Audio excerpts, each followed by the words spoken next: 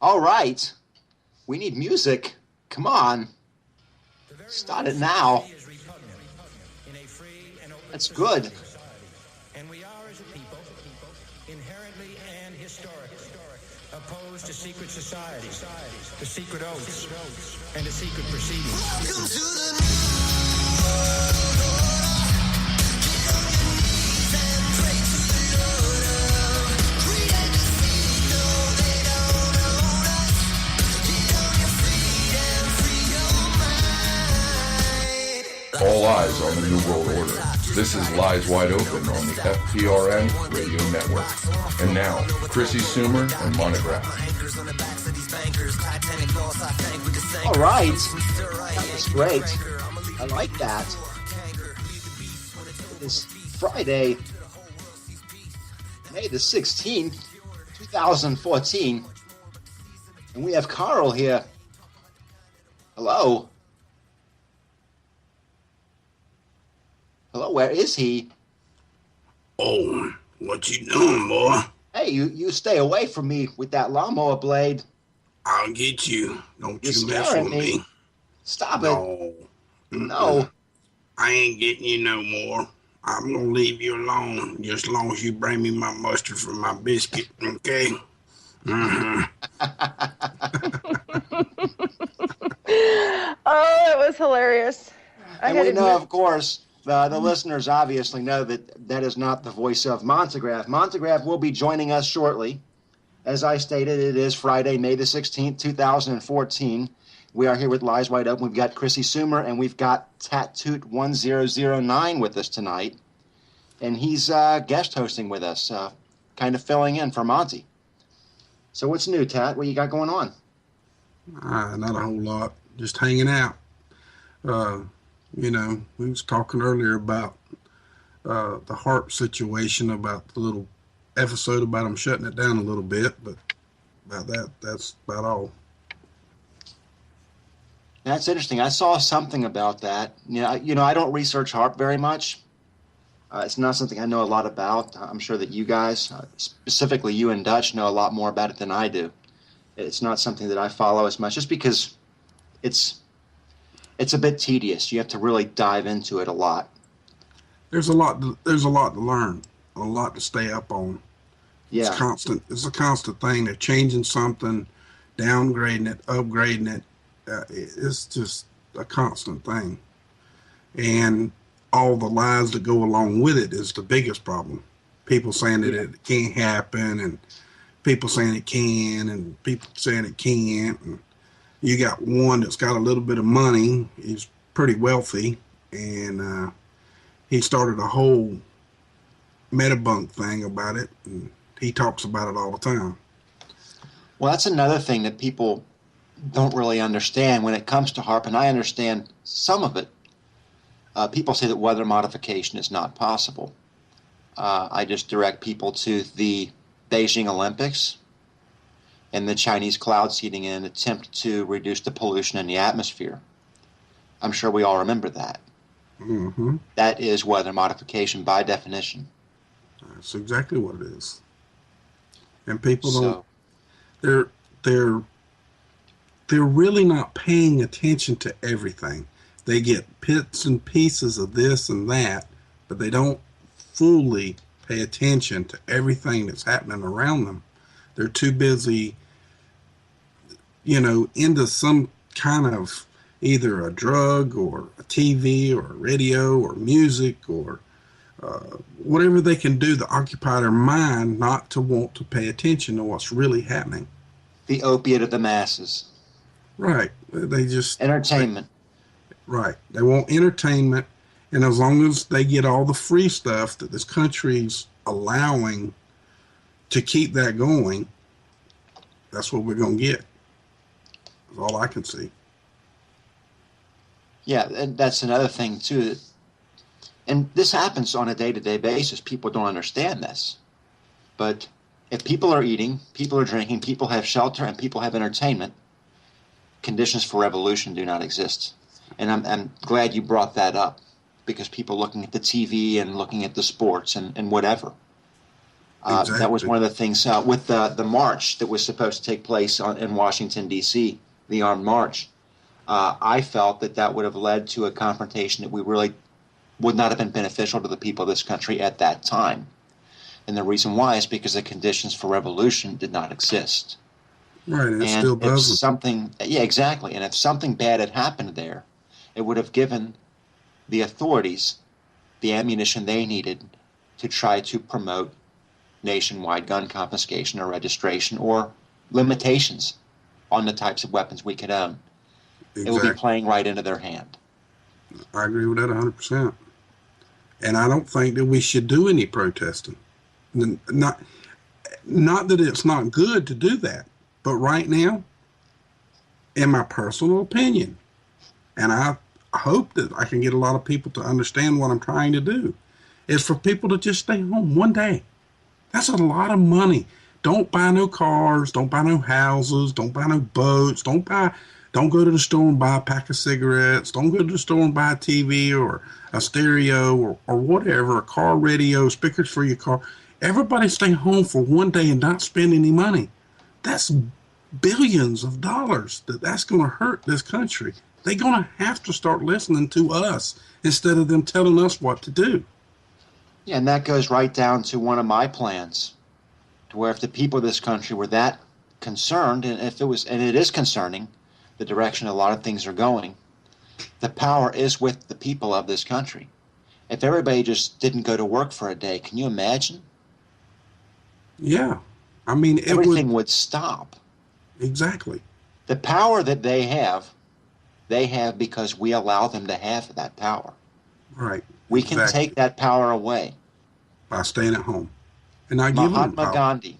We're all familiar with Mahatma Gandhi, right? That's basically what his plan was, to expel the British from India. Passive resistance. Not to fight the occupiers, but to simply deny them control. Exactly. They tell you to get up, sit down. They tell you to sit down, stand up. Exactly. Doing total And when they opposite. open fire on the crowd, it looks very bad on them on the global stage. Exactly. But if you're in your own home, they got to come to your home to do that. And that looks even worse. Absolutely. Now, if Gandhi in India had raised an army and attacked the British occupiers, the colonists, They would have it destroyed possibly would have gone a completely different direction too, because then the British could have gone to global stage and said, our people are being massacred. We're being attacked. them. Mm-hmm. And they would have had more global support. Whereas everything coming out of India was just the British annihilating these people and just wiping them out. And it happened on a few occasions where they did just that. And global support for the British involvement in India went through the floor when the world started learning about that. Mm-hmm. They couldn't use the propaganda against the people because the people weren't allowing it. They refused. Would not allow it. The people would not allow it. That's right. That's what this country needs to do. We need not to allow it anymore. And we keep doing it.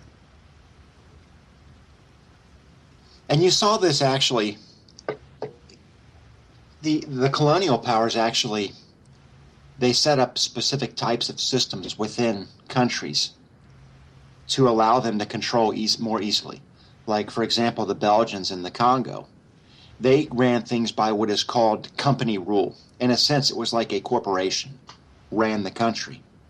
But what they would do is they would seek out different African tribes who had differences. Some of them had lighter skin complexions than others, and they would act more favorably toward those with lighter skin complexion. And they would turn them against the others. And so they would turn tribes against each other. When the Belgians pulled out of Congo in the late 50s, early 60s, the entire country went to hell. And it's been a state of perpetual warfare ever since. It's 2013, or 2014 now. They're still experiencing civil war in that country to this day. The individual who was trying to unify Congo in 1960, his name was Patrice Lumumba, was actually executed by the Belgian intelligence services and individuals working with the CIA because he was trying to bring people together under one banner to unite the Congo. And they still didn't want that because even though the Belgians were pulling out and they were not going to keep ownership of the Congo, they still wanted to be able to maintain economic control over the Congo. They wanted to be able to get their companies in there to operate the rubber plantations. And they did this even after Congolese independence. They would actually go in, and if the individuals working in the rubber plantations weren't working hard enough, they'd cut an arm off. This was going on as late as the 1960s. So when you see things like that, when you see the opiate of the masses, so to speak, and how to oppose them without fighting, without aggressively engaging them in combat, it works out pretty well. If it's done right. If it's done the way Gandhi did it, and not the way the Congolese did it. That's true. Because I guarantee if there was a power vacuum in this country right now, we would dissolve into civil war. This country would be balkanized, much like Eastern Europe was after the fall of the Soviet Union. I mean, you've already heard about states wanting to secede from the Union. Yeah. If this country balkanized and split up into several different nations, it would be the end of the American empire. What they're trying to do anyway, and that's probably insiders doing that anyway. They infiltrated the groups to tell them, well, that's the right way to go. But in turn, it really isn't, because once you do that, what you just said is dividing the country. And that's what they're trying to do anyway, because they're putting everybody in these, what do they call them, different zones. I forget what it is. There's like 10 of them. Districting. Well, they district. Yeah. They do this on the state level too. They actually divide voting districts up to sway the outcome of elections. The redistricting of Texas was a prime example of that. And then, of course, you see the way this works is the British did this actually in the Middle East when they pulled out after the Ottoman Empire dissolved. The British were basically running large areas of the Middle East, and they drew the boundaries of modern-day Iran, Iraq. They did this in such a way as to make sure that those territories overlap different tribes that did not like each other, to promote infighting. That's called divide and conquer, divide and rule. If you can get your enemies to fight each other, they're not fighting you, and you can go in and you can rape the country dry. That was the plan. And what went on with Israel after World War II, that wasn't the U.S. that caused that. The British actually carved off that section of land and said, this is now Israel, and we're going to let all the Jews live there, and we're going to push the Palestinians out. And in a sense, the British then washed their hands of it, and we inherited the problem with supporting Israel against their enemies, which surround them on all sides. I don't understand how the United States government would allow themselves to be put in a position to inherit that huge problem. It was a British problem that became ours. That's pretty much what happened to all of us. We're all back under British rule. Really.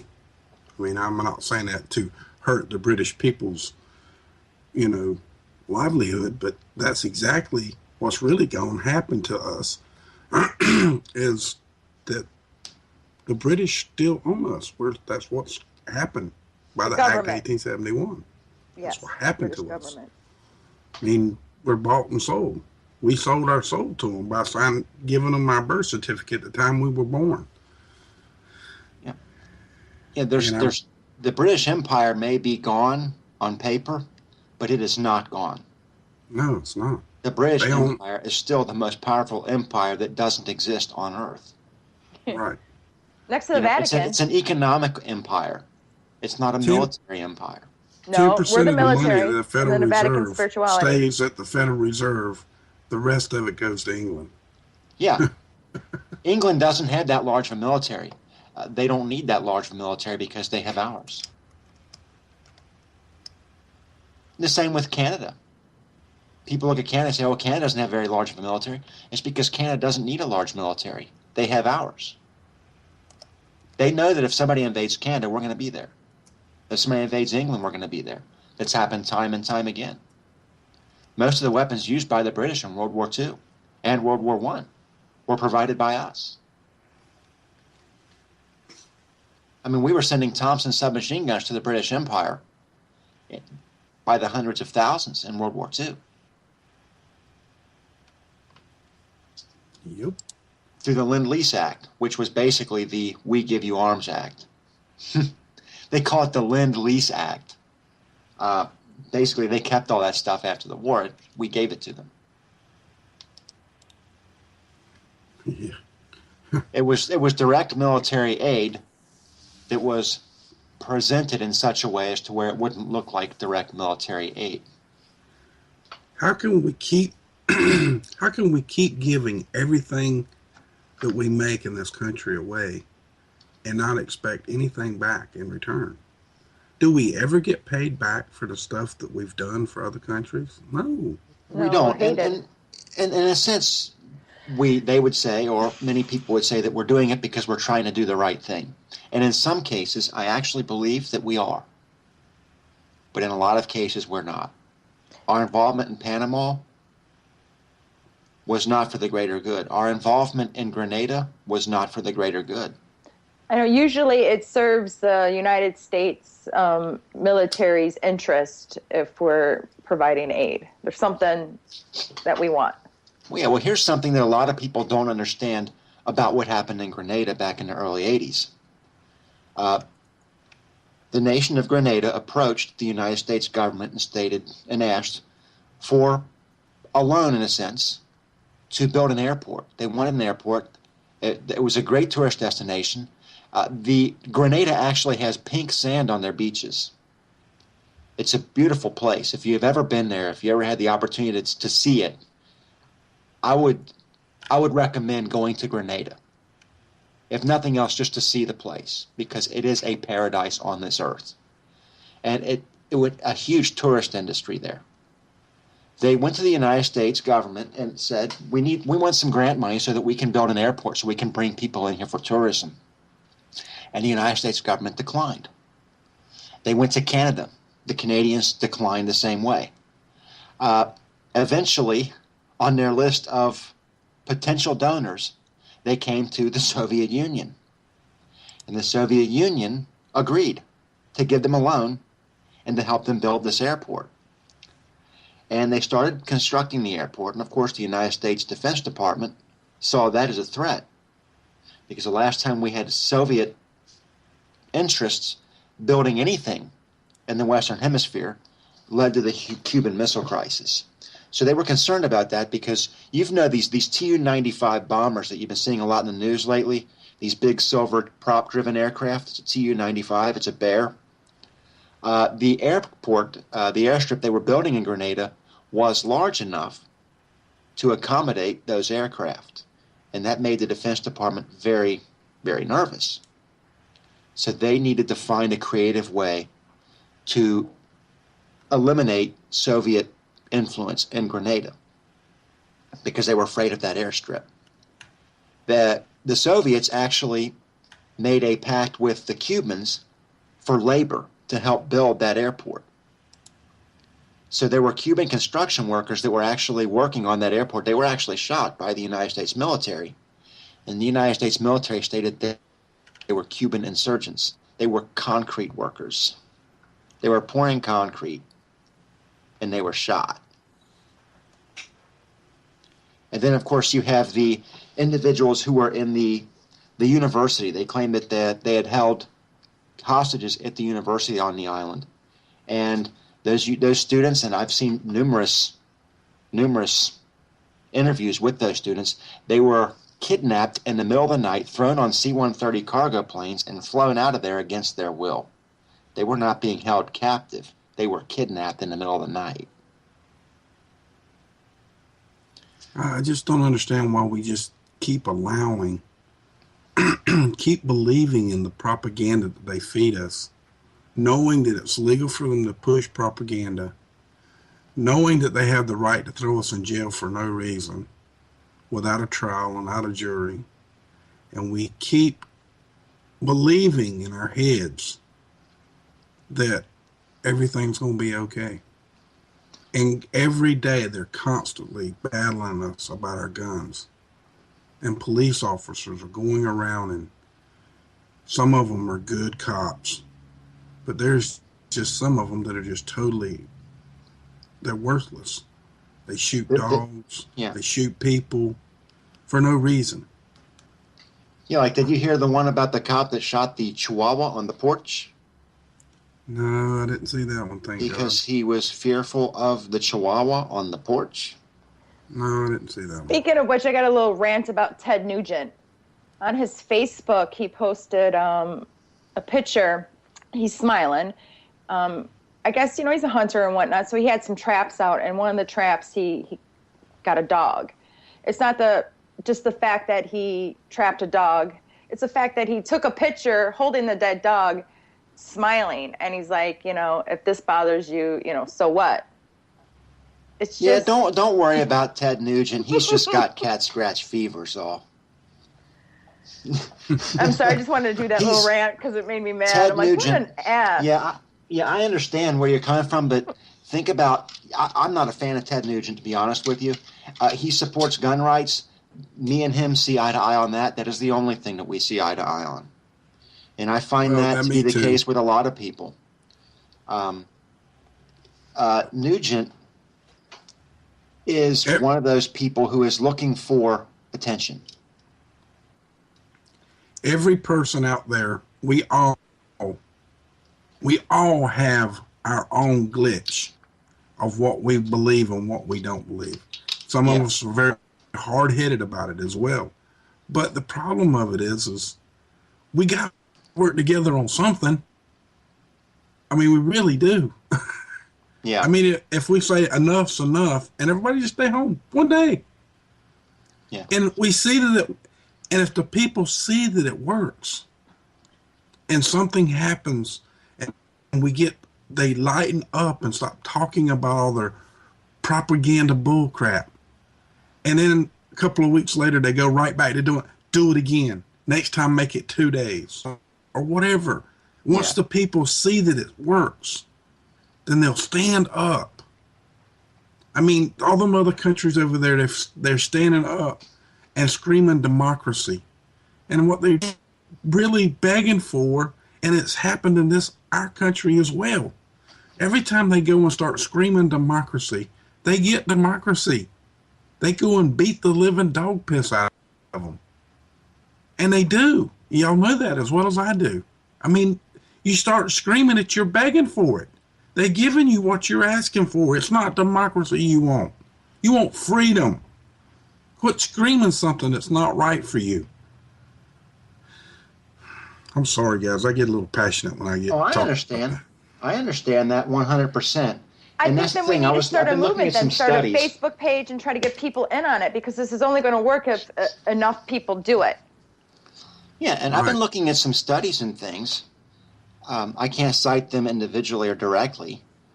If individuals want me to, I guess I could, but America's United States, not America, because Cubans are Americans too. Mexicans are Americans too. I don't like the term American.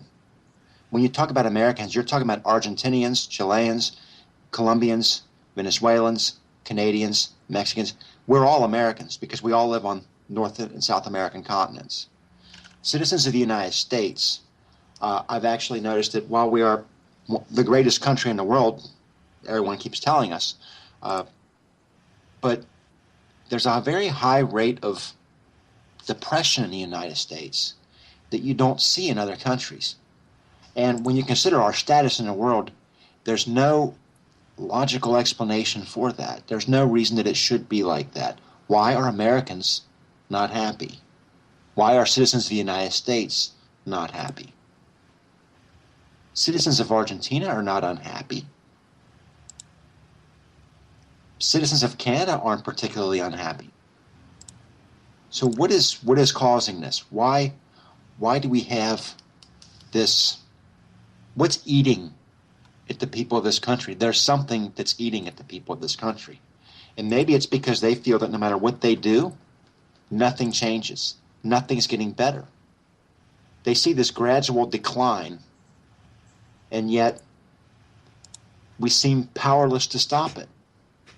In the 1950s, a household, a man could raise a family on one income in the 1950s, could own a home.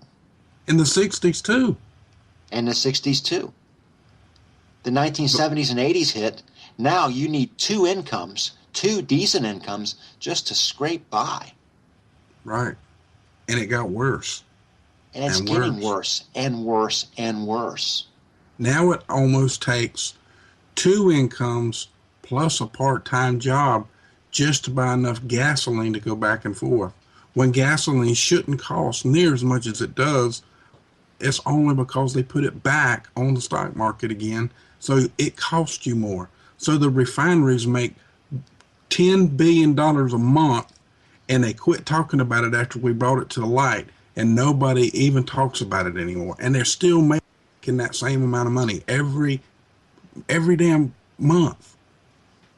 I mean, there ought to be a limit to greed, but there ain't. Greed is greed, and it's in you, and it's going to stay there, and people have to stand up to the greed. This is just like the unions when they first started. They needed unions because the same thing was happening then. And now the unions aren't worth a flying flip because they're just as corrupt as our government. They are. Definitely, they've been lobbied. They've been Right, lobbied. they're lobbying Illinois, which for is a stuff union to do state. stuff in the government. I think I might know part of what's going on. You got the gas prices, which are causing everything else to be inflated.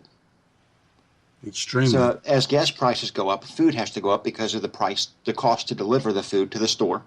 So they have to raise the prices on that. And then they raise the minimum wage. So when they raise the minimum wage, the companies who are manufacturing food or gas or whatever have to raise the price of their product because they don't want to cut into their profit margin. No. They have to keep that profit margin the same, so they raise the price of their goods. So that leads to inflation. Inflation's a huge problem too. But I want to look at something else. In this country, we're basically all indentured servants to the banks. And this is how I can say this.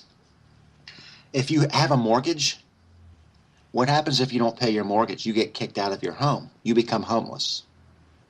Exactly. You lose everything. So you have to go to work in order to pay for your mortgage. Most of your income is going toward your mortgage, or most people's income. I mean, not mine, but most of their income is going toward their mortgage. Now, let's look at this and say, well, a lot of people would say people who are renting are not slaves to the bank. They're not indentured servants to the bank. And you're right, they're not. But their landlord is. And they are a slave to the landlord. So that puts them even lower on the food chain than the indentured servant. They're almost like a slave because they can pay for 40 years and never own that property. That's right. But actually, in reality, they really, even if they do have a piece of property and it's paid for, they don't really own it because they're paying tax on it. Something that started in World War II that should have ended after World War II.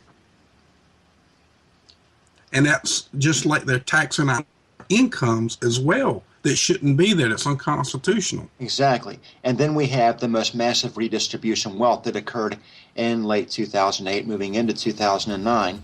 The most largest redistribution of wealth in human history, going from the poor to the rich in the form of taxes, tax money being paid in the form of bailouts to banks.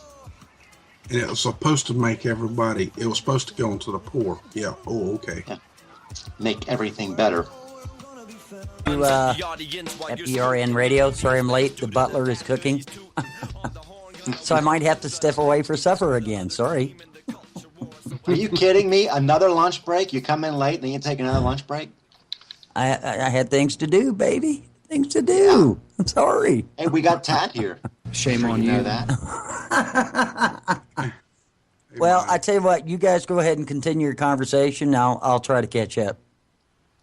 Oh, well, actually, we were just discussing failed foreign policy, the bailouts, redistribution of wealth, and why Americans have a high depression rate when it's out of proportion with our standing in the world globally.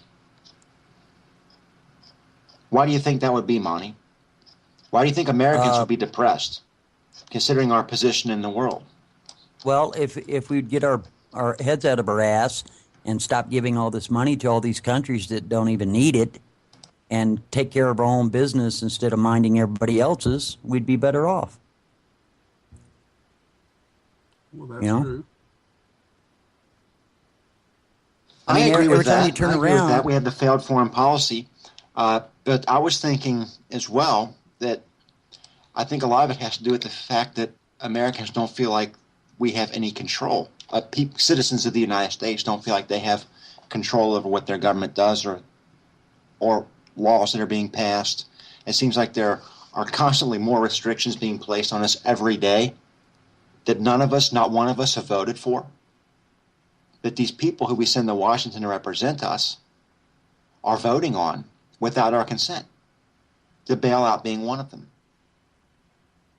They wanted that the people in general were against the bailouts. All the polls stated that the American people, citizens of the United States, were against the bailouts, yet Congress voted for them anyway, because they knew what was best, right? Mm-hmm. Because they were the smart ones, and they knew what was best. They'd have been better off to give the money to the people instead of to the exactly. banks. Exactly. Trickle up economics rather than trickle down economics. This is where we're going to get into Reaganomics, and it's probably going to upset some people. Reaganomics is a failure. Tax breaks on the rich and corporations does not put money in the pockets of the poor. Under Reaganomics, the concept is if you give tax breaks to the corporations, the multi-billion-dollar corporations, they will in turn pay their employees more. No, they won't. Mm-mm. The greed sets in. No, they will not. Exactly. Hey guys, we have Greg. Basically, that was one of the installments in the systematic robbery of the American people. Trickle-down economics, Reaganomics, was a failure. Just like our foreign policy is a failure. And a lot of people, I think this actually hurts our standing in the world because it's widely believed globally that ethnocentrism plays a pivotal role in the formulation and implementation of U.S. foreign policy. And by ethnocentrism, what I'm actually referring to is the idea that people view us as racists. We got involved in the genocide that was taking place in Bosnia, but we did not get involved in the genocide that was taking place in Rwanda.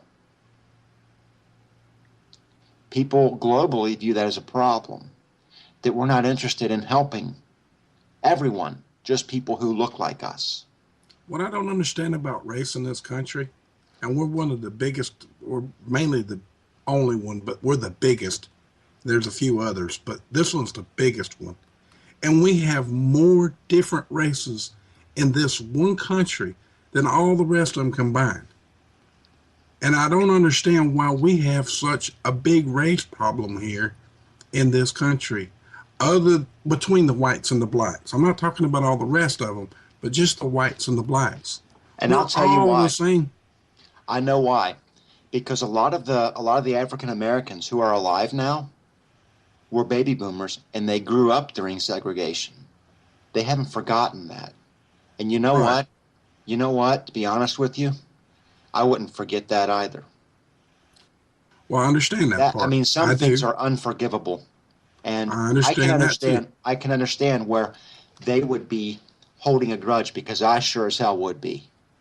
And we're trying to make it right. We're making it right. I think that all in all, we have made it right overall.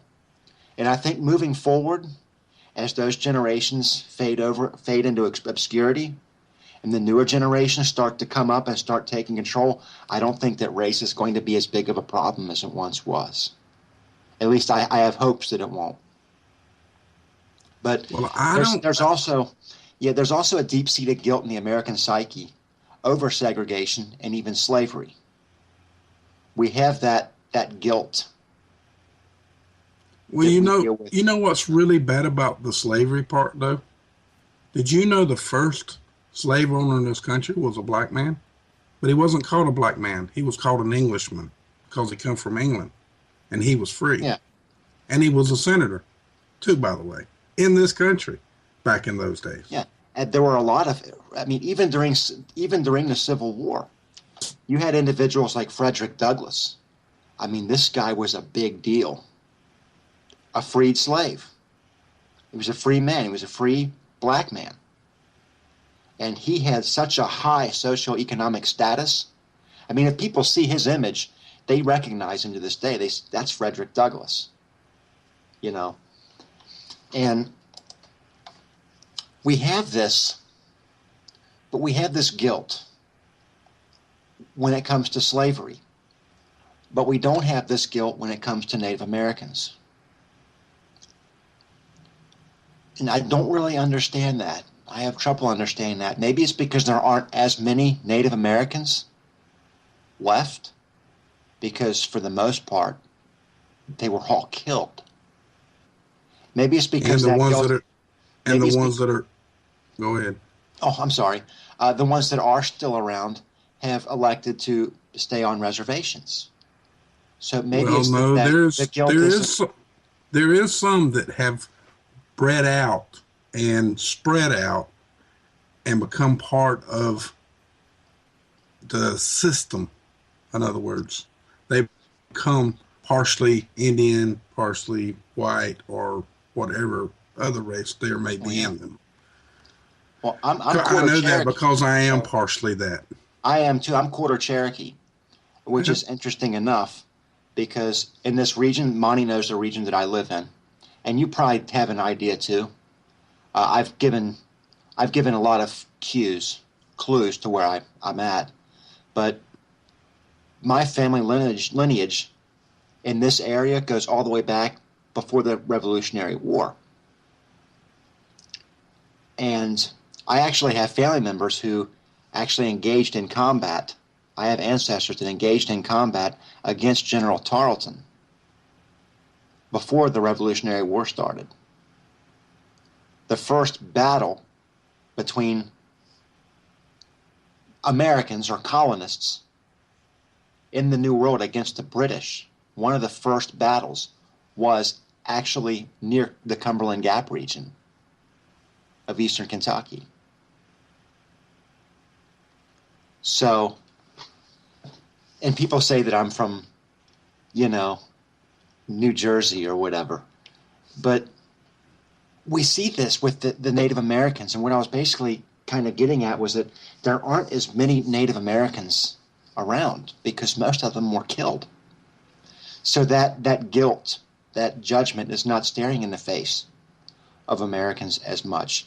And that in and of itself speaks volumes because our memory is kind of short, but we've all learned it throughout history. They spent more time in schools on the slavery. They spend more time in schools on the segregation because those are still fresh. Yeah, those are still fresh in people's minds too. I mean, our parents lived through it. Some of us have lived through it. We remember when it was like that. Nobody was alive during the Trail of Tears, which is by far the worst atrocity ever committed by Westerners on this continent. That was genocide. Those people were marched halfway across this country. Well, brother, and those who couldn't walk were killed or left to die. Children included. Babies included. I'm fixing to tell you something. Yeah. If we don't straighten our country out right real soon, You're going to see that again, but it's going to be worse this time. It's happening in places of the world right now. I know, but it's And- going to be, it's going to be in your face before long. Yeah. And it ain't going to have race involved. It's going to be anybody they want it to be. If you don't have the right amount of money or you don't have the right skills. I think a lot of it's going to be based on, in that situation, a lot of it will be based on, well, we see this happening all over the world right now as we speak. When we look at the Trail of Tears and we think about how horrible that was, basically almost an entire civilization completely annihilated. I mean, we look at what Cortez did to the Aztecs, and that's why I say it was one of the worst atrocities, because I have to say the Trail of Tears takes a second place to the Spanish conquistadors in South America. But it's still happening. When we talk about these things that happened hundreds of years ago, like it's a distant memory, but these things are still happening in other parts of the world just because it's not happening here. And the U.S. government isn't concerned with the Hutsus and the Tutsis in Africa. They're not concerned with what's going on in Sudan. You hear people talking about it and speaking out about it. Yeah, it's going to do a lot. Yeah, let's talk about it. You know, they didn't talk about it when it was going on in Bosnia. They acted because that was Europe. Because our finances were in jeopardy, and the European finances were in jeopardy. Money was in jeopardy. You cannot have a stable economy without having a stable political region. You cannot have a military conflict going on in a region where you're trying to do business. It's bad for business. Nobody was interested in doing business in Rwanda. Nobody was interested in doing business in Burma when the military junta there was wiping out their own people. Look at what Pol Pot did to his own people under the Khmer Rouge in Cambodia. Nobody cared about that, yet we were concerned about the communist North Vietnamese when it was the communist North Vietnamese who had to go into Cambodia and put a stop to that. Those people were our enemies. Those were the people that we deemed to be subhuman, our enemy, the vicious members or satellites of the evil empire. Yet they're the ones who stood up when the time came and dealt with that son of a bitch in Cambodia. It was the North Vietnamese who dealt with that, not the great United States of America. And I think it's despicable that we're going to sit there and say that we're always doing things that are for the just and for what's right, and that we're going to take out the Taliban because they have Sharia law, when there are atrocities going on in the world at any given point in time. Take your pick. That the Taliban pales in comparison to. The Taliban are amateurs when it comes to real killing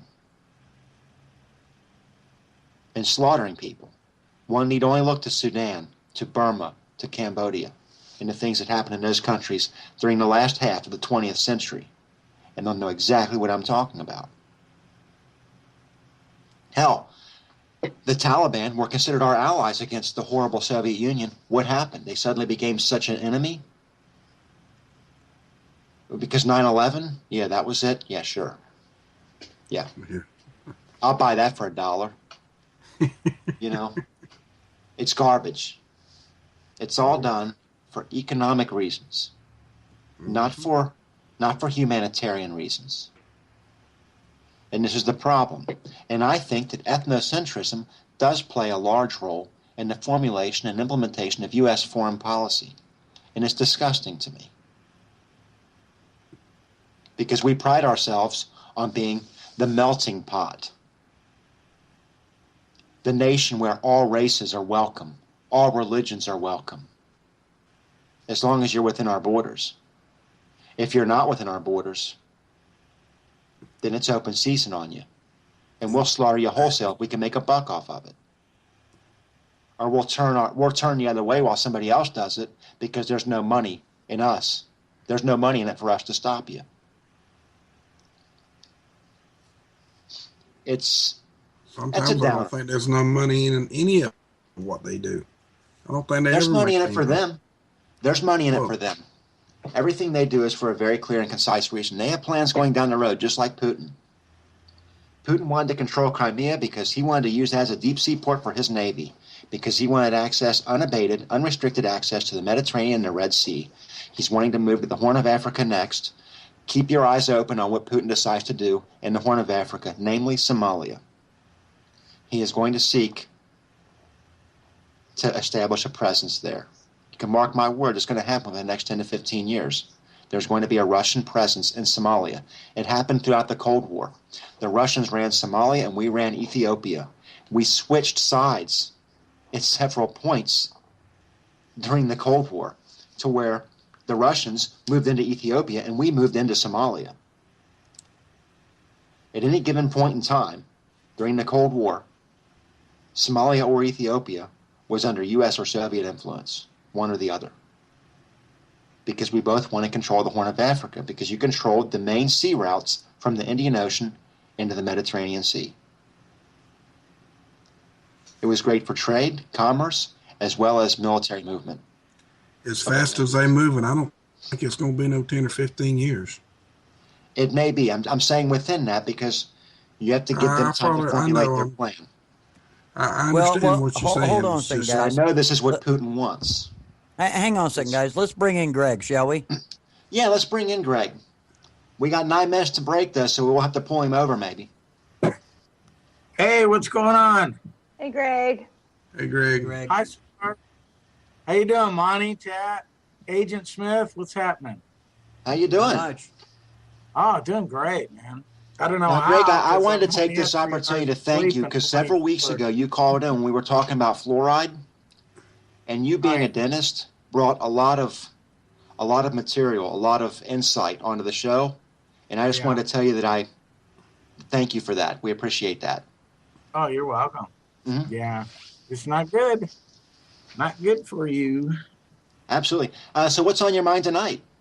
I don't know. I just listening to you guys, and I love everything you're saying. And just thought, if you guys wanted something on Fukushima, I can do it. I mean, boy, is it shaking today. Give us a absolutely. Fukushima Absolutely. update. I want to go ahead and just make a quick reflection on what I've just stated about the United States' role in the world. I do love my country. I was born here. I was raised here. I would fight for it, and I would die for it.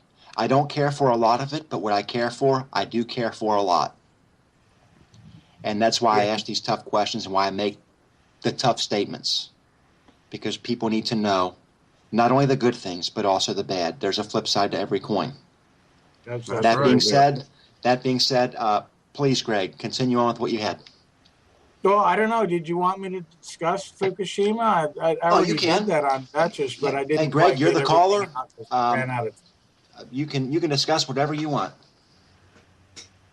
All right. Yeah. How many callers do you have?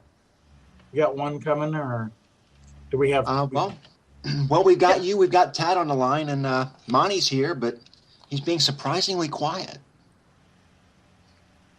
Yeah, I think he's just trying to catch up and see what's going on. I think his that's- butler's bringing him more dinners. I think what he's doing. No, I've had a long day, and I'm waiting for some food. Yeah, that's what I said. That the butler's bringing you more dinner, and you're waiting for it or you're eating it, one or the other. Yeah. Hey, I'll tell you. Hey, Tattoo, thanks for that. I think it's a 23-minute long video that you did. Oh my God, that is so awesome. You did a great job on that. Oh, you mean the one I did this morning? Gosh, did I see it like last night? God, I'm just losing track of time because I'm not sleeping. Was it about heart? 3 hours and 24 is kind of tough on the body. So, especially when you're 60 years old. So, Was it about heart? 5 or 6 weeks. I mean, this sucks. There's so much crap going on. Was it about heart? Yes. Yes. Yeah, that's the one I did this morning.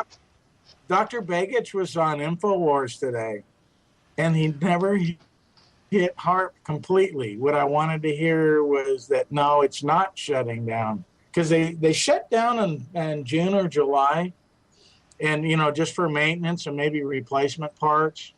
Mm-hmm. And and then they go back up to full power by the end of September. So, Right. you know, I think it's BS, you know, that they're going to shut down. They need that facility, so I don't know. Well, they might have better antennas.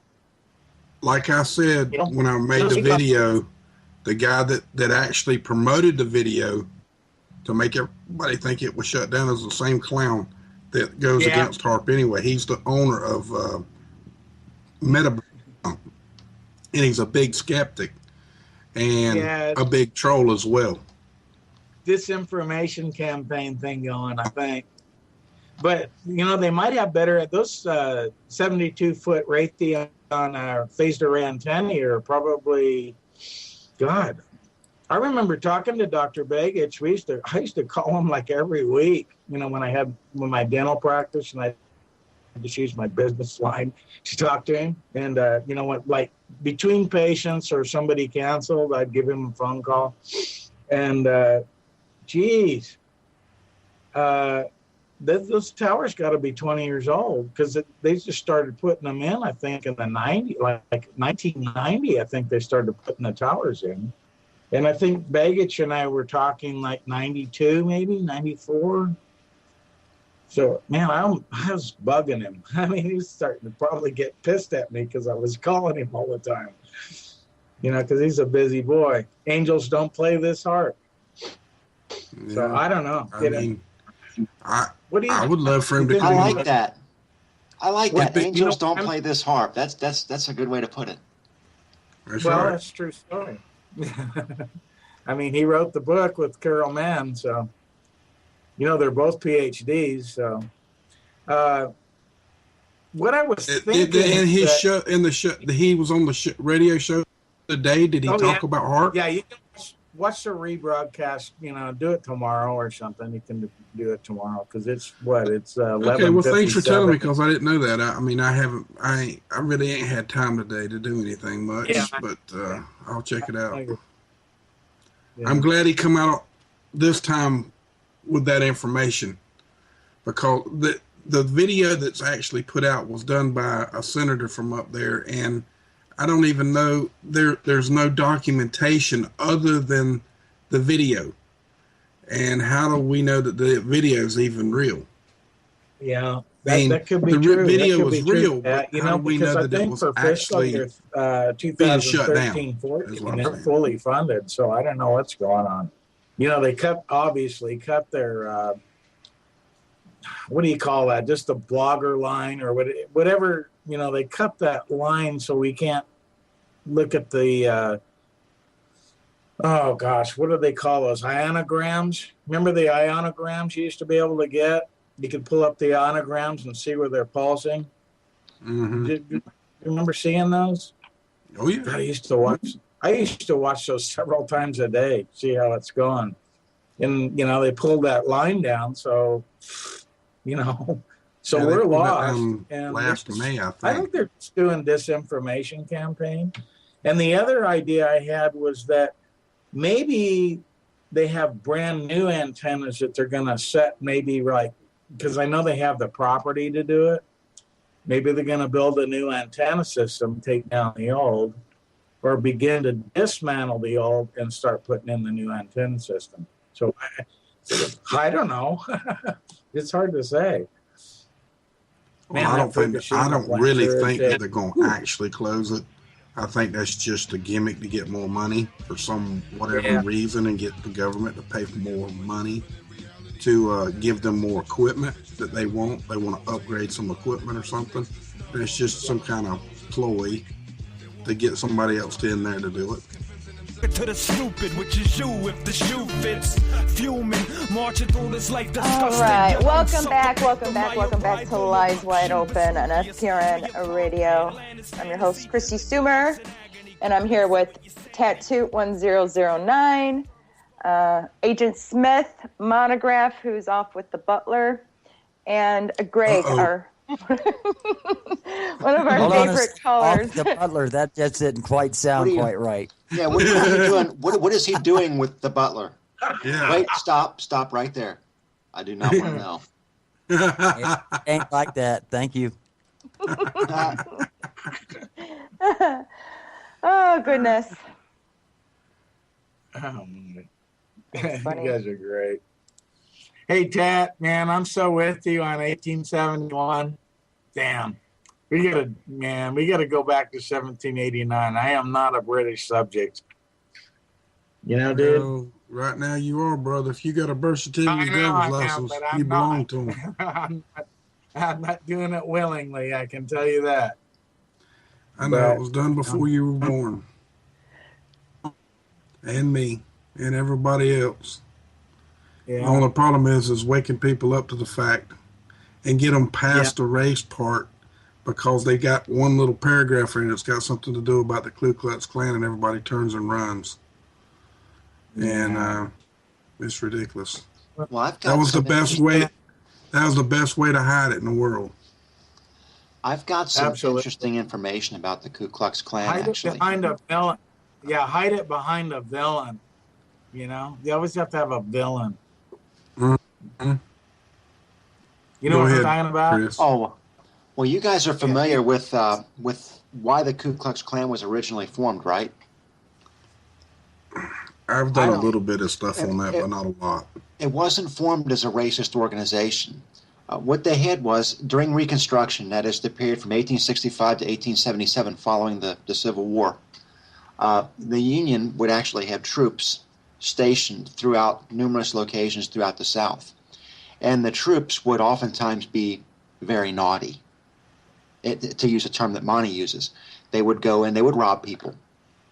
They would attack people and whatnot. So a lot of individuals, they formed what was originally kind of termed as the Ghosts of the Confederacy. That's where the sheets and hoods came from. And they would pay visits to certain individuals in the middle of the night who were robbing people, who were extorting people, oftentimes who were raping women, occupying soldiers, Union soldiers who were raping women, things like that. And an individual, I believe it was the Washington Post, wrote an article. It was a very carefully contrived article stating that the Ghosts of the Confederacy were trying to resurrect slavery and that that's what they wanted. And they were the Ku Klux Klan. General Nathan Bedford Forrest out of Tennessee was one of the individuals who was key in forming this group. And literally overnight, the Ku Klux Klan became a rallying point for racists everywhere, specifically throughout the South, individuals who really despised African Americans.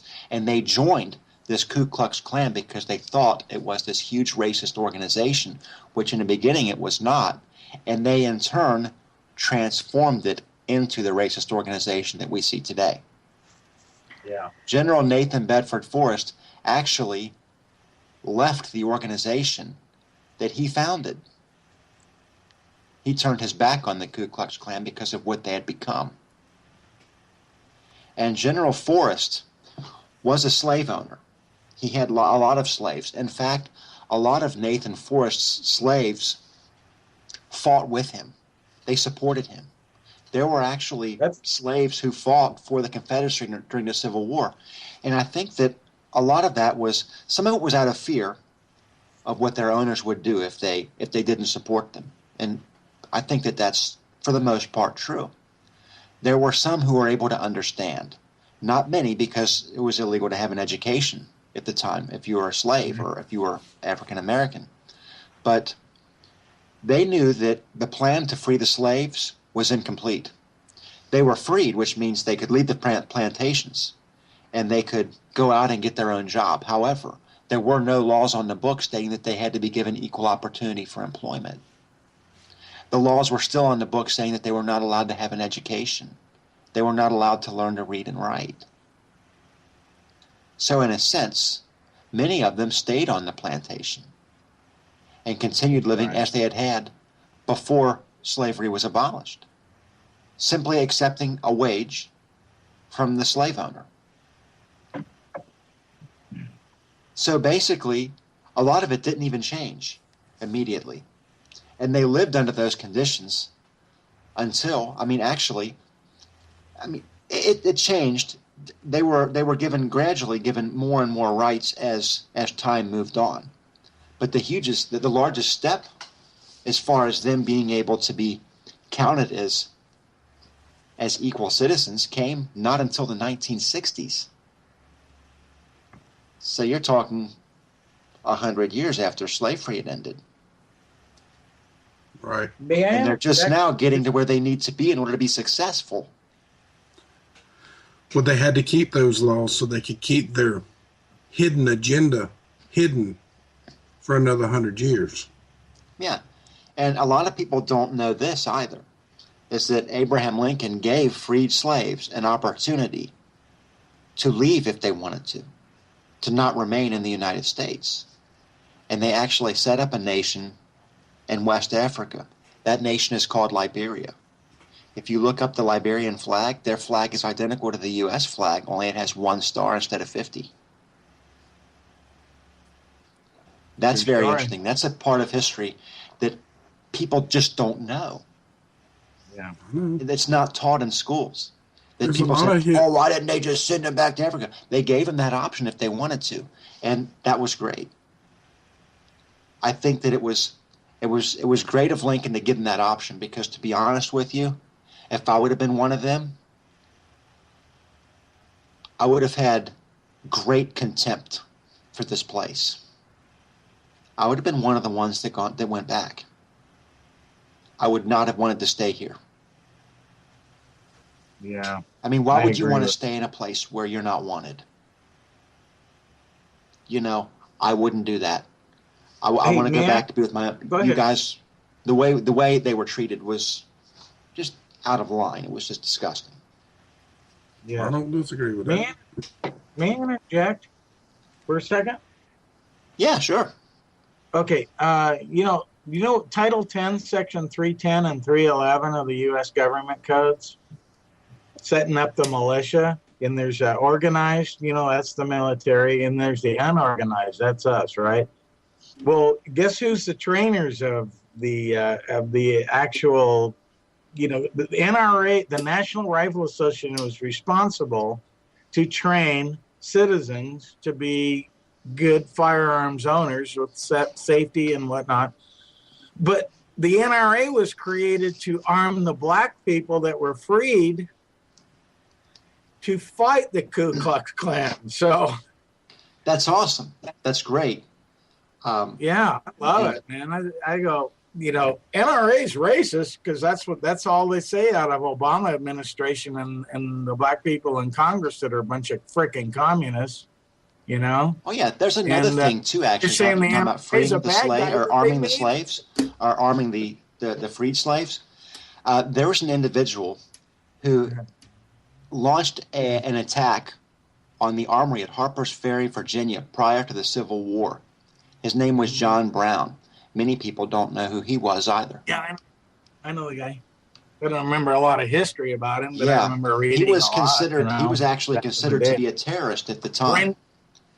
Brain cells are going at 60, so Yeah. The United Go States ahead. government, the Union now, yeah. actually hung him for raiding the Army barracks at Harper's Ferry, Virginia, arming droves of escaped slaves who were fighting for their freedom. Mm-hmm. And the United States government executed him for that.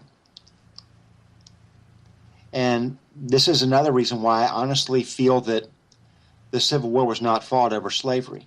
Here's one piece of evidence to support that. We all remember the Emancipation Proclamation, correct? Yeah. Mm-hmm. That speech wasn't given until 1862. And it only freed slaves in open rebellion against the United States government. The Emancipation Proclamation was given in 1862. The Civil War started in 1861.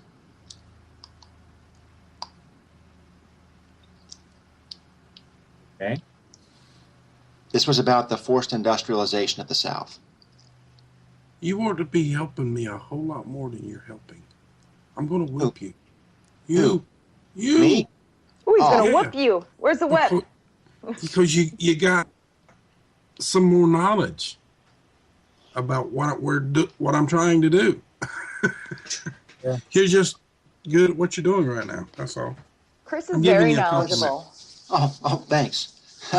Well, I appreciate that. Well, I don't know many people who give compliments while threatening to whip.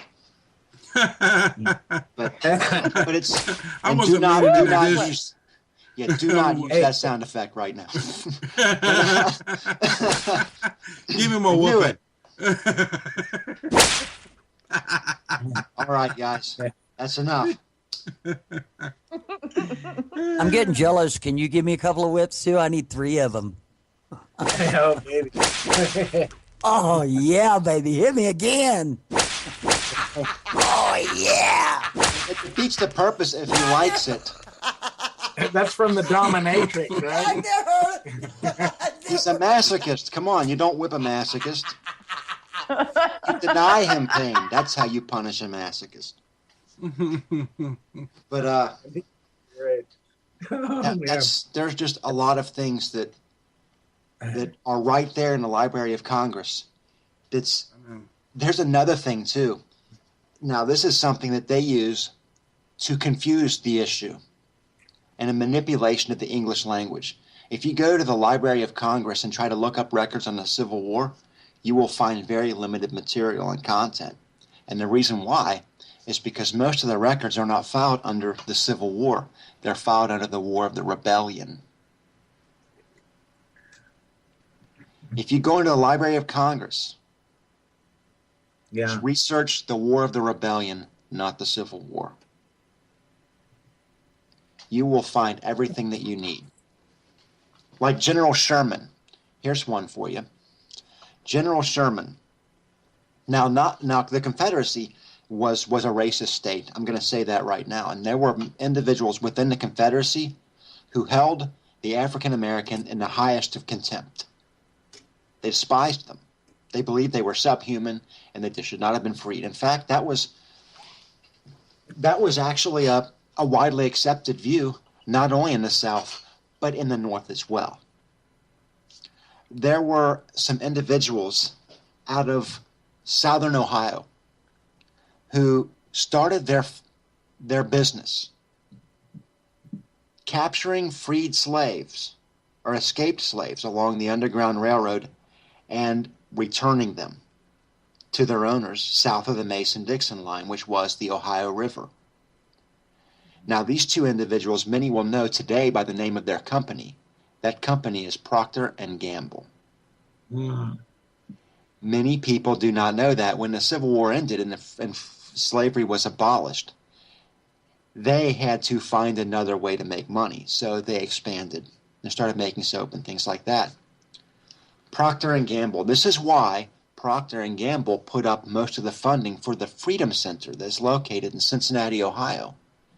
Because if they were putting up the money for it, they could control what went into it. That's why I didn't like that movie, Strive, because it came from a gamble. But there's something else too. Let's not forget, or let's not get too drawn off topic. But we're discussing slavery and how the Union, Northerners, and Confederates, Southerners, were racist, were equally racist. I give you William Tecumseh Sherman. William Tecumseh Sherman, while he was marching through Atlanta, I can't remember what river it was, it may have been the Savannah River, he had slaves following his caravan, his lines, moving with his men, seeking protection, begging for protection. And he grew annoyed with them. So what he did was, I believe it was when he came to the Savannah River, they built a pontoon bridge to march the army across.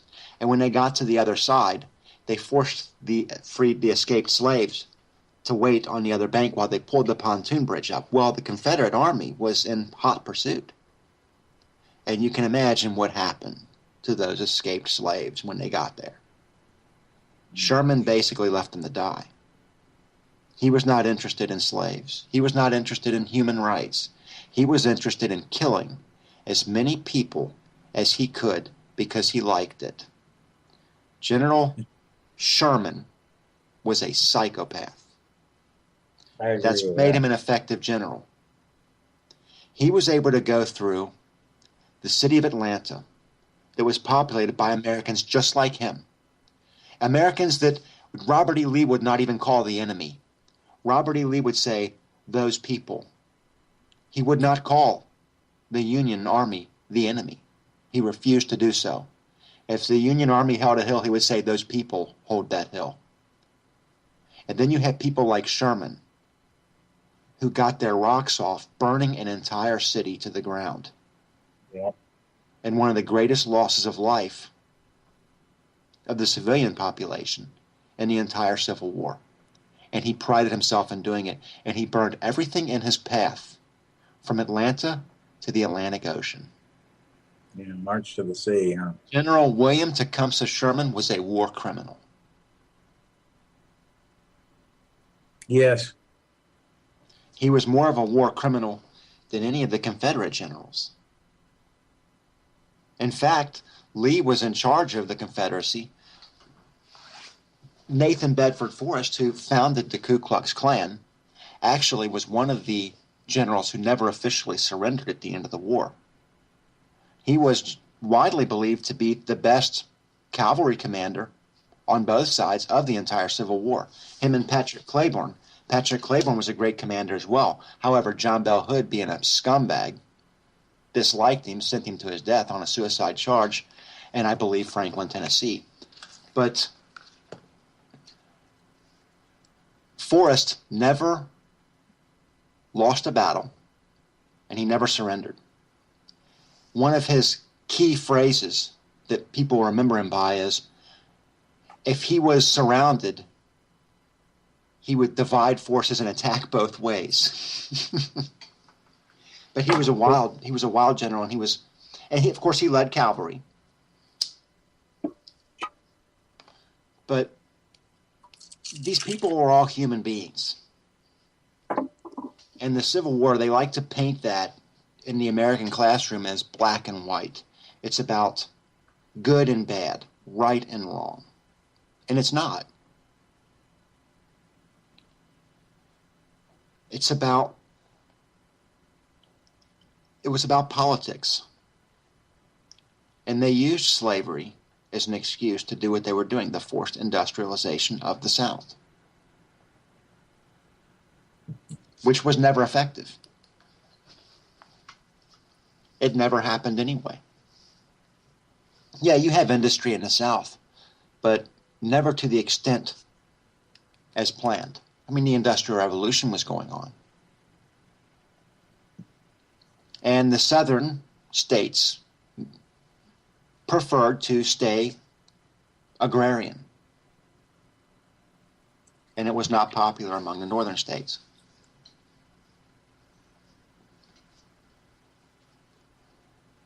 So that being said, I mean, they talk about Sherman's march to the sea like it was such a great thing. Be honest with you, if I would have been one of Sherman's men, I'd have executed him on the spot. As soon as he stated that he was going to burn Atlanta, I would have executed him as a war criminal. And I would have accepted my punishment. Like, you know what? That man was going to burn a city full of people to the ground. Yeah. And if you're going to hang me for that, hang me. Because there's an entire city full of people who are alive because of what I did. And I would have smiled while they did it. And the same thing with John Brown. You're going to execute this guy for helping these people, or trying to help these people. When just a few years later, that was, I believe, the 1850s he did that. I can't be certain. Harper's Ferry, Virginia. And then just a few years later, they fight a war. And they hijack his message or his intention to use it for their own pathetic agenda. And John Brown's still viewed to be in the wrong. And they still do that to today. They still hijack every... I think that John Brown is an American hero. He's every bit as much of an American hero as George Washington, as Abraham Lincoln, Probably more so than Abraham Lincoln, because he was honest to the end. Mm-hmm. Abraham Lincoln suspended Congress because he was afraid they wouldn't vote for his war. He suspended Congress and essentially became a dictator for 4 years. People don't want to hear that, though. People do not No, want to they hear don't. that. Nope, they No do way. not. And they say the Confederacy fired the first rounds of the Civil War. They attacked the Union first. Well, that was because the Union decided they wanted to post warships in Charleston Harbor and stop all trade coming in and out. I tell you what, Fort Sumter. another country wanted to put a blockade off of our coast, stopping trade from coming in and out. How quick do you think we'd sink their ship? Yeah, these topics here I know nothing about, very, very little about the history of all that. So I'm glad you do. Yeah. He does. I'm actually proud of him. Hell, he knows more than I do. Well, Robert E. Lee was, I think his problem was he didn't have the bitter hatred. He didn't want to kill Grant. He didn't want to kill McClellan. I don't think Grant wanted to kill him either. I think they avoided confrontation that would have led to that because they knew each other. They were friends. Robert E. Lee, shortly after the Battle of Antietam, which was one of the bloodiest days in American history, he could have marched straight into Washington, but he chose not to. He was hoping that after that confrontation, it's called, I believe, the First Battle of Bull Run, too. There are a few other names that battle. You'll see a lot of that. Civil War battles. The Confederacy called it something different than what the Union called it. But Lee could have taken Washington, but he chose not to. He didn't want to take over the United States. He wanted to defend his territory. He wanted to defend against those invading his territory. Now, there were others in the Western theater who saw things a bit differently. People like John Hunt Morgan, who many people don't know about, but he was one of the most successful raiders of the American Civil War, a guerrilla, so to speak. And he ran a campaign from northern Tennessee to Cleveland, Ohio, was captured, escaped, made his way all the way back to, I believe, Chattanooga, Tennessee, rallied his men again because they all knew the rally point, and went on another raid through the state of Ohio, burning railroad trestles. That was his big thing. And it caused huge problems for the Union in that theater because they couldn't move their supplies on the rails because every railroad bridge that he came across, he burned. And they had this thing they called Morgan's neckties, where they would pull the rails up and they would heat them up with fires and they would bend them around trees and leave them there like bow ties. They called them Morgan's bow ties. That's pretty good tactic. And they don't hear about these people. Now, I heard about that one. I mean, these guys were incredible. But we're going to another break. I gotta stop talking about this because I can talk for years. Welcome to Lives Wide Open, guys. And bringing us back in tonight, we got everybody's here tonight. We got a whole group of people. We got Monty, got Chrissy, we got Agent, and we got Greg is also with us tonight. Yeah, I I'm with believe you. Greg is still I'm on. with you. Yes. Hey, man, that was some great history. I love it. Oh, well, there's more. There's more, actually. Patrick bet. Claiborne, the one I was just telling you about, Hey guys, he created hang so on a many second. Hang on a problems second. for the Union during that war that when they caught up with him in Chattanooga, I believe, they executed him on his lawn like a dog. Yeah. Monty. Yeah. You wanted Hey, to I say just something? Yeah, go wanted for to it. say, I wanted to thank. We just have some great listeners, and I just wanted to thank. I just got a little email from a guy named Christopher, and I wanted to thank you so much for listening to our show. Every little bit helps, no matter how little. I mean, Oh, I absolutely, appreciate absolutely. it. And I just maybe appreciate it. that Thank you so individual could learn much. something. Should make sure he perks his ears up a little bit. And the Gray Ghost. That's it. There he is. John Hunt Morgan. Sorry, Marnie, I saw Outlaw Shooter 13 post this in there. The Gray Ghost. Yes. I believe there's a book about him entitled The Gray Ghost, actually. I can't be certain on that. But that man was one of the most successful raiders of the Civil War, and most people don't even know his name. Well, he was a Confederate, of course. The Union didn't do a lot of unconventional warfare because they didn't have to. They had huge armies. And you have moving through, like you had the Battle of Vicksburg, which was a key turning point in the Civil War, where Grant was able to take the military barracks at Vicksburg, which was a choking point for their supply lines coming through the western frontier. But you know, I know a lot about the Civil War, and it's very close to me because I had relatives. I don't like to call them ancestors at this point because they're really not that far down the line. I mean, my grandfather spoke with these people, knew them. So I heard their stories through him. You know what I'm saying? Yeah. Mhm. I mean, these people they're real people to me. They're not ancestors. They're not just names in a history book. These were people that I was related to who fought on both sides. And it's a really beautiful monument that they have in the town of Mount Sterling, Kentucky, which is a bit north of me. But they have graves. They have a really nice monument in the center, and the graves are arranged in a circle. And you have Union soldiers around the top, the northern edge, and Confederate soldiers' graves along the bottom edge. And they were all part of the same unit. They split when the Civil War started. I mean, literally, it was brother against brother, specifically in the state of Kentucky, and even in the state of Tennessee to a degree. West Virginia, a lot of these border states, the states that actually were on the Mason-Dixon line, which if many people don't know what that is, that's the Ohio River. It essentially divided North and South. And West Virginia, actually, before the Civil War, was part of the state of Virginia, and it split off during the Civil War because West Virginia was more in alliance to the North. But it was one of those split states. It wasn't really considered neutral. And Kentucky is a lot different when it comes to Civil War history because you still have that.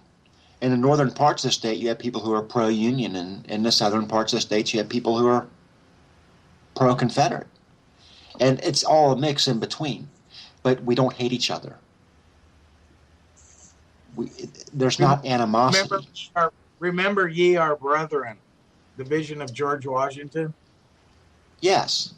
And that's did you ever another read thing that to little consider, too, pamphlet? because a lot of the descendants of the original signers of the Declaration of Independence fought for the Confederacy, not the Union, because they didn't believe in the strong federal government.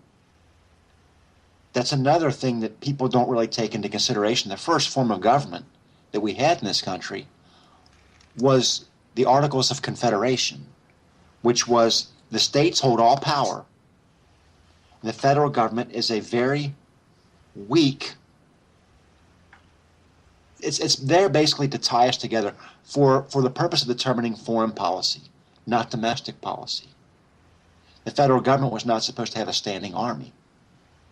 The state was to have standing armies. And that's what the Confederacy really supported as well. It wasn't just the forced industrialization of the South. It also held back to that, to the Articles of Confederation, and what the Southern states preferred as far as their system of government. That's why it was the Confederate States of America. Their ideal was to have a weak federal government and strong state government. And Lincoln did not like that. And I can sort of understand why. Because if we didn't have a federal government, we wouldn't have the military power that we have today. Because you would have all these different states who would be basically raising their own armies, and it's very easy for states to get teed off at each other and start fighting. I can understand that. But at the same time, under that system, your life and how you live your life is not dictated to you by someone 3,000 miles away or 2,000 miles away or even 500 miles away. It's dictated to you by people who live right alongside you. And it's not dictated to you at all in a sense, because you're part of that decision. In the federal system, the system that we have right now, we do not have that. We elect these representatives who go and represent us. But in a sense, they get to make up their own mind how they vote on any type of legislation that's dropped before them. They can vote with their constituents or not. They can choose between their constituents, which is the voters in their district, their state, or the corporation that gives them money. Right. The money usually wins. Yes. And I'm not saying that this couldn't happen under the Articles of Confederation, because it could happen very easily. However, it's more difficult to get that much power because you have to pay so many people that it gets to the point where it's no longer economically viable for you to do so. That's why I don't like a two-party system. You got Obama running against Mitt Romney, and you're a multinational corporation. You're a huge multi-billion-dollar conglomerate. And you want to make sure that when your guy gets elected, you get what you need. What's the best way to guarantee that? Such as politics. Been there, You done pay that. them both. 7 years worth. Don't You want pay it them no both. more. Two parties, two candidates. It's a lot cheaper to pay two candidates than, say, 20. That's why you got insurance today. It's the mob. Yeah, paying money to Al Capone. That's basically what it is. I mean, they went through the system and did exactly that. Lobbyist and lobbyist and lobbyist and lobbyist and lobbyist. And there was a time that you didn't have to buy insurance. Now you got to have one just to drive a car. Yeah, that's what my dad always said, paying money to Al Capone when he has to pay his insurances. You know, malpractice or whatever it would be. Yeah, let's take a look at Al Capone MD. real quick. Why did Al Capone have the power that he had? Because during the Depression, Al Capone took better care of his people than the government did, than the corporations when he got up to did. $300,000 a year, he said, "You know what? Fuck this. I'm done. I quit." Al Capone knew how to take care of people. Yeah. He would give money to people who needed. He took care of his people. And Al Capone essentially became a warlord. And he ruled with an iron fist. Yeah. But that's essentially what he was. He owned the city of Chicago. He owned the government. That's why the federal government had to move in there. Yeah. Because the local government wasn't going to do a thing. Because he took care of them too. And at what expense? Right. At what expense? The death of 30 people, if that. I don't know Al how many Capone didn't kill that many people, and his men didn't kill that many people when you consider that he basically whacked his enemies. Most of the individuals that Al Capone killed were in defense. They were people coming in to put him out of business. Right. He eliminated that threat. Yeah. The same way nations do. Right. And Al Capone was making his money selling illegal liquor. Yeah, like Joseph Kennedy. Just like, what's the difference? What is the difference? Nothing. That's my question. But yet the Kennedys are viewed to be national heroes. And I think that John Kennedy, in a sense, was.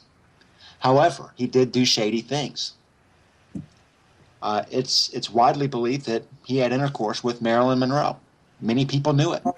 I said Joseph Kennedy, not John Kennedy. Oh, I'm talking about John Kennedy, the Kennedys in man. general. Yeah. I mean, Joseph Kennedy was a Keep gangster. going. Go ahead, keep going. I mean, and you know his sons were taken care of. Yeah. You know they were taken care of. I guess it's the I'm not saying circles that, you travel. I'm just saying that Marilyn Monroe's death sent up a lot of red flags in my mind when I was researching that. Okay, here's a woman who's had sex with the president. Do you think that if Bill Clinton could have had Monica Lewinsky whacked, he wouldn't have done it? I don't know. That's one that Think still about bothers me. I'm surprised they didn't whack her somewhere, drug overdose or some BS thing. Like a Vincent Foster thing or something. Shot herself in the head. Let's say she's left-handed, but she shot herself in the right side of the head with her right hand. That kind of a weird thing, which happened a lot under Clinton. Shot themselves with the wrong hand. That kind of a thing. The way the coroner looks at it, the trajectory of the bullet. Yeah. That kind of. Yeah. I don't know, man. They have their ways. Yeah, and you're looking at all these things in all the modern politics, especially domestic policy, and you're looking at all the arguments that are being made. We're still having the same argument that we had when the country was founded. Federalist or Articles of Confederation? You see what I'm getting at? You're seeing people, you still have this huge push for states' rights. The state's right to decide what they do. That's the way it should be. I think it is too. Also, I don't think we should go as extreme as the Articles of Confederation. I do still think we need a federal government. However, I think that the states should make up their mind on every law on the books so long as it adheres to the United States Constitution. The original one. The original one. Now, there have been changes made. There have been changes made to the U.S. Constitution, the civil rights legislation, and all of that. Giving women the right to vote. I believe women should be able to vote. I see no reason why they shouldn't be able to vote. Well, I don't either. Same with any minority, not just African Americans. I just mean the ones that they backed everything up on, according to the Act 1871. In any other words, law taking our sovereignty rights away. Yeah. Any law that we have on the books that imposes a penalty for a victimless crime should be done away with. There's no excuse for someone to be in jail for something that did not cause harm to someone physically or financially. There's no excuse for it. Yeah, they got a bunch of senseless laws. Yeah, and they write laws and they never take them off. That's like jaywalking, and it should be illegal to steal from someone. It should be illegal to kill someone. It should be illegal to harm someone. Right. And the rest of that junk should go fly out the window. The rest of that garbage should go out the window. It should be illegal to drink and drive. Well, because that can lead to hurting someone. It's very likely to lead to hurting someone. It's a dangerous activity, not only to you but to others. So, I believe that laws like that should stay on the books because there's a potential victim. The seatbelt law. The seatbelt law. There's no excuse to have a seatbelt law. No, if somebody wants to wear a seatbelt, they will. However, I think that if someone is under the age of 18, they should be required. It's called common sense. I mean, I've seen so many wrecks in my life and been around so many that people got their head cut off from a seatbelt, and the ones that didn't have one on lived. Well, the seatbelt should be redesigned, to say the least, because I've seen that too. Oh, I've seen collisions involving airbags where the person's glasses had to be surgically removed from their face. Oh shit! I'm talking their glasses were in their face, like in the bone. Mm-hmm. Don't they fly out over 200 miles an hour when they blow? Hey, it's like really bad. Yeah. In fact, the first thing I do when I get a car is I disable the airbag. Oh, yeah. But I'm not a fan of them because they go off when they're not needed. And a lot of times when they're needed, they don't go off. Yeah. So what do I want with that? My daughter. Yeah, when they got a first recall on her started making them, Encore. they used to put them Yeah. aluminum connectors on them, and they found out after a couple of years, if you had the car a couple of years and any moisture got in the car, they would corrode and they didn't work. Yeah. So they started putting gold connectors on the end of them. Yeah, and like in the seatbelt laws, yeah, I kind of see what you're saying with the seatbelt laws because the seatbelt itself can harm you. But like if you have little kids, Well, now the little kids need to be strapped in. I agree with that too. But in a car I'm just seat saying, too, though, because the car seat's actually safer than the seatbelt. right? That's what I mean. But car I've seat. seen bad wrecks where people had babies and shit in cars when holding them in their lap and just Oh, yeah. Yeah, but unthinkable giving an things, adult right? a ticket for no seatbelt seems kind of silly because If you're maybe they want to commit if suicide. anyone I don't listening know. ever thinks about getting into a car with a baby and holding it on their lap, if you'd seen what I've seen, you'd rethink that. Yeah. They do If that on you've seen airplanes, what and I I've think kids should seen, be. da da da da da da. Yeah, you go to jail in California if you do that. Needless to say, the first thing, if something's not secured and you're hit from the front, anything not strapped down is going to go through the windshield. And it's going to end up somewhere. It's going to stop somewhere. Yeah, that makes sense. Momentum, mass times velocity, times 2 cars. Yeah. Yeah. Something's going to fly. And if you have a baby sitting on your lap, Yeah, see ya. It's out the window. it's not a good thing. Mhm. Yeah, I know. And and people think, oh, I'm just driving down the street.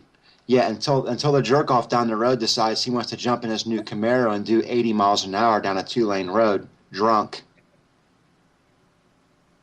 Yeah. And then you got a kid who's 9 years old, whose mother and infant sister are both dead, wandering through a creek bed trying to figure out why, because some douchebag wanted to get drunk and drive his car 80 miles an hour. Hey, excuse me. Let me interrupt. Basic data. You need to contact me on my I'm Your Ghost channel and the email. Okay, I'm just telling you. We got to talk. Sorry. Did you remote view that they were going to? Okay, I feel like a mushroom. Did I remote view what? That they were going to contact you on the I'm Your Ghost channel? Because they just asked for you to remote view them in chat. That's why I said that. I don't go to chat. I know, that's why I said that. I'm just, I don't ever go to chat because it confuses me. So I can only do one thing at a time. I'm just saying, basic data, you got to contact me on the I'm Your Ghost channel email. Okay? I got to talk to you. And I'm glad that things worked out for you.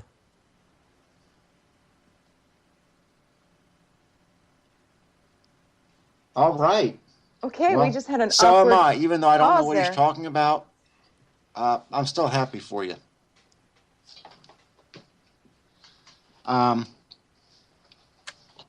Yeah, we need to end this on a higher note. What do you guys have that's good news? We've made a lot of progress tonight, and I think we have. I think that people may have heard some things tonight that enlightens them even more to the Act of 1871 than they've ever been closest to. Absolutely, and I think that anyone who doubts anything that was said tonight, through a little bit of research, everything that we have stated will be affirmed, 100%. Absolutely. And please look it up for yourself. And you can find a lot of information about the Act of 1871 on tattoo1009.com. Can't you key search that for Tats Revolution? Yeah, you can search it that way too, or TAT1009.com. But there's two Or T's in TAT too. Actually, I think you can actually put Abolished Act 1871 and find it as well. Yeah, I think definitely you own that key phrase. Yes. For a long time, you couldn't search Serco without me coming up. I'm like, I can't find anything about Serco that I didn't put out there. Yeah, and I'm reminded of a phrase actually that was used in the 1990 film Hunt for Red October, and Sean Connery's character said this, and he was playing a Russian, surprisingly, and he was stating this. He said, "A little revolution from time to time is a healthy thing." When people think of a revolution, they think of war and killing and all that. It doesn't have to be. Exactly. Sometimes you just need to hit the reset button. Things have just gotten so out of control that you need to just say, we're going to hit the reset button and we're going to go back to a reboot point. And I think we're about at that point now. We're getting very close. We're past. We're past. We need to already be. We're getting very close to supper time. The butler is still... You tell me the butler still hasn't provided you dinner, Mom. Nah, I was running late. I was running late on everything. I'm exhausted, so I'm glad you guys took over. I really am. All right. Well, I want to thank Tat for being here tonight. That was awesome. Yeah, I'm glad Tat stuck around for a while. Man, you're up late, boy. Yeah, I stuck around. My buddy over there, he was running a little late. I figured I'd help out. Your buddy? I thought you were one buddy. and the same. You know what that sounded like, don't you? Yeah. Yeah. That's why I corrected it. We'll make sure we edit it before we put up the show. I'm just kidding. That's hysterical. Oh, man.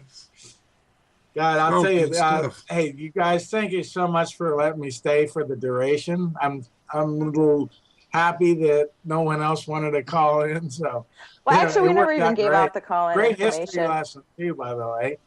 There's stuff I didn't even know. I'm so involved in what I'm doing. By the way, Fukushima is still going, so I don't know what to do about it. It's about 6 hours worth of shaking. I don't know what's going on. They had that 4.7 in Kamchatka about 4 o'clock PST. I wonder if they got equipment or a generator or something at the base of that pole or something. Because it's shaking, but nothing else looks like it's shaking. You know what I'm saying? They have 3 reactor cores that are just boiling in the aquifers. So I'm sure there's a lot of steam generation because it is emitting a little bit of off-gassing. Because the grounds are cracked all over the place. And that's really heavy-duty concrete, too. It's almost like a airport runway, like 12 feet thick. And this steam is coming out. I mean, I watched it shake for 10 hours and 26 minutes when, it was like last Wednesday. It started about 7 p.m. PST. It went all the way to 5:28. The next day. So I was up all freaking night watching that till it finally calmed down. That was crazy. I don't know. All right, Greg. Well, thank you for being with us tonight. We're about 1 minute out, so I'm going to take us out now, Greg. All right? Every second of it. So I already have a thank you note for Ryan here in a second. I'll send it. Okay. Gosh, you guys, I love every one of you. Just wonderful folks. All right. Let's with it. Kick ass. Okay, thanks everybody for joining us tonight on Lies Wide Open. And if you're listening to us on the podcast, thank you for downloading. And don't forget to check out the other shows on FPRN and stick around and listen to the rundown on After Us. Bye. Abolished Act 1871, and from my cold dead hands. Damn right.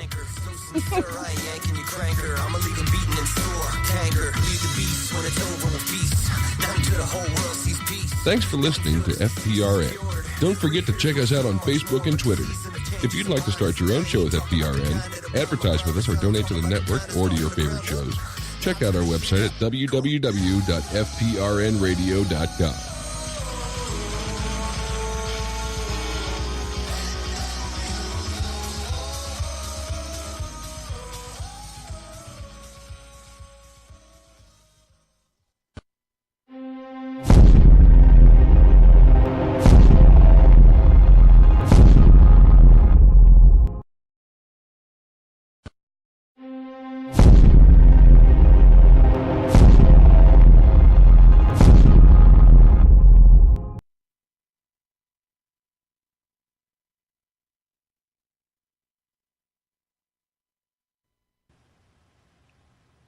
All right. We need music. Come on. Start it now. That's good. And we are, as a people, inherently and historically opposed to secret societies, to secret oaths, and to secret proceedings. Welcome to the new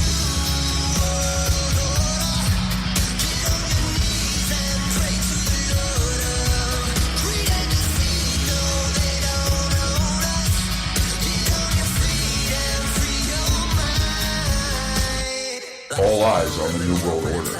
This is Lies Wide Open on the FPRN Radio Network. And now, Chrissy Sumer and Monograph. All right. That was great. I like that. It's Friday, May the 16th, 2014. And we have Carl here. Hello. Hello, where is he? Oh, what you doing, boy? Hey, you stay away from me with that lawnmower blade. I'll get you. Don't You're you mess scaring with me. me. Stop it. No. No. I ain't getting you no more. I'm gonna leave you alone, just as long as you bring me my mustard for my biscuit, okay? Oh, it was hilarious.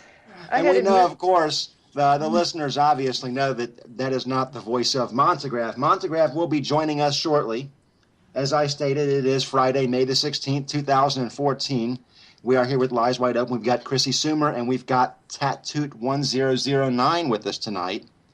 And he's guest hosting with us, kind of filling in for Monty. So what's new, Tat? What you got going on? Specific types of systems within countries to allow them to control more easily. Like, for example, the Belgians in the Congo.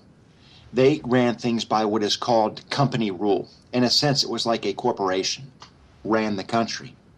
But what they would do is they would seek out different African tribes who had differences. Some of them had lighter skin complexions than others, and they would act more favorably toward those with lighter skin complexion. And they would turn them against the others. And so they would turn tribes against each other. When the Belgians pulled out of Congo in the late 50s, early 60s, the entire country went to hell. And it's been a state of perpetual warfare ever since. It's 2013, or 2014 now. They're still experiencing civil war in that country to this day. The individual who was trying to unify Congo in 1960, his name was Patrice Lumumba, was actually executed by the Belgian intelligence services and individuals working with the CIA because he was trying to bring people together under one banner to unite the Congo. And they still didn't want that because even though the Belgians were pulling out and they were not going to keep ownership of the Congo, they still wanted to be able to maintain economic control over the Congo. They wanted to be able to get their companies in there to operate the rubber plantations.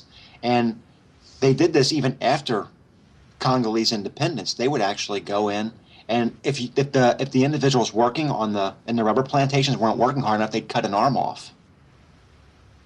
This was going on as late as the 1960s. So when you see things like that, when you see the opiate of the masses, so to speak, and how to oppose them without fighting, without aggressively engaging them in combat, it works out pretty well. if it's done right, if it's done the way Gandhi did it for a day. Can you imagine? Yeah. I mean, it Everything would stop. Exactly. The power that they have because we allow them to have that power. Right. We can take that power away. By staying at home and not giving them Mahatma power. Gandhi. We're all familiar with Mahatma Gandhi, right? That's basically what his plan was, to expel the British from India. Passive resistance. Not to fight the occupiers, but to simply deny them control. Exactly. They tell you to get up, sit down. They tell you to sit down, stand up. Exactly. Doing total And when they opposite. open fire, and when they open fire on the crowd, it looks very bad on them on the global stage. Exactly. But if you're in your own home, they got to come to your home to do that. And that looks even worse. Absolutely. Now, if Gandhi in India had raised an army and attacked the British occupiers, the colonists, they would have it destroyed possibly would have gone a completely different direction too, because then the British could have gone to global stage and said, our people are being massacred. We're being attacked. Mm-hmm. And they would have had more global support. Whereas everything coming out of India was just the British annihilating these people and just wiping them out. And it happened on a few occasions where they did just that. And it just, global support for the British involvement in India went through the floor when the world started learning about that. Mm-hmm. They couldn't use the propaganda against the people because the people weren't allowing it. They refused. People would not allow it. The people would not allow it. That's right. That's what this country needs to do. We need not to allow it anymore. And we keep doing it. And you saw this actually, the colonial powers actually, they set up. They want entertainment, and as long as they get all the free stuff that this country's allowing to keep that going, that's what we're going to get. That's all I can see. Yeah, and that's another thing too. And this happens on a day-to-day basis. People don't understand this. But if people are eating, people are drinking, people have shelter, and people have entertainment, conditions for revolution do not exist. And I'm glad you brought that up, because people looking at the TV and looking at the sports and whatever. Exactly. That was one of the things with the march that was supposed to take place in Washington, D.C., the armed march. I felt that would have led to a confrontation that we really would not have been beneficial to the people of this country at that time. And the reason why is because the conditions for revolution did not exist.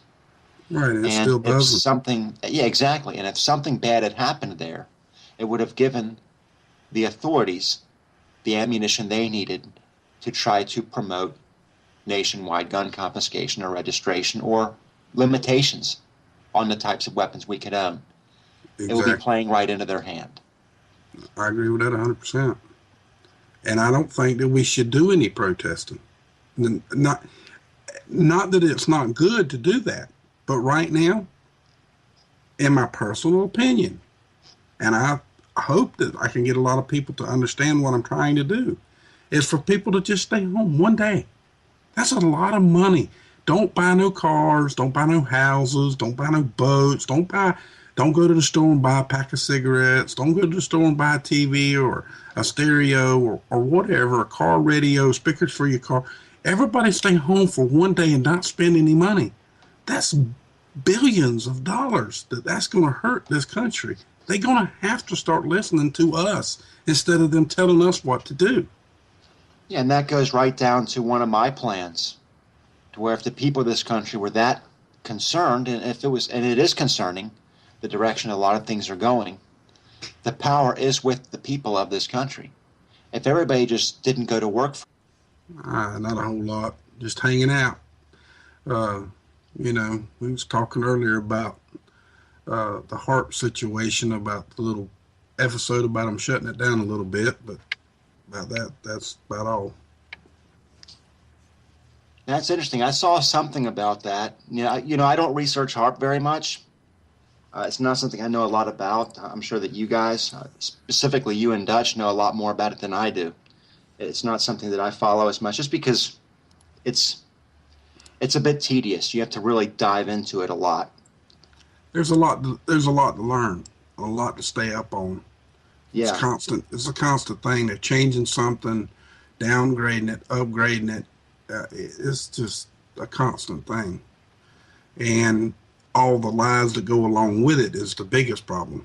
People saying that it can't happen, and people saying it can, and people saying it can't. And you got one that's got a little bit of money. He's pretty wealthy, and he started a whole metabunk thing about it, and he talks about it all the time. Well, that's another thing that people don't really understand when it comes to HAARP, and I understand some of it. People say that weather modification is not possible. I just direct people to the Beijing Olympics and the Chinese cloud seeding in an attempt to reduce the pollution in the atmosphere. I'm sure we all remember that. Mm-hmm. That is weather modification by definition. That's exactly what it is. And people don't.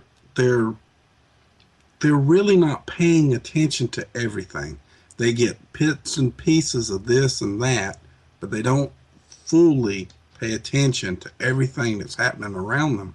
They're too busy, into some kind of either a drug or a TV or a radio or music or whatever they can do to occupy their mind, not to want to pay attention to what's really happening. The opiate of the masses.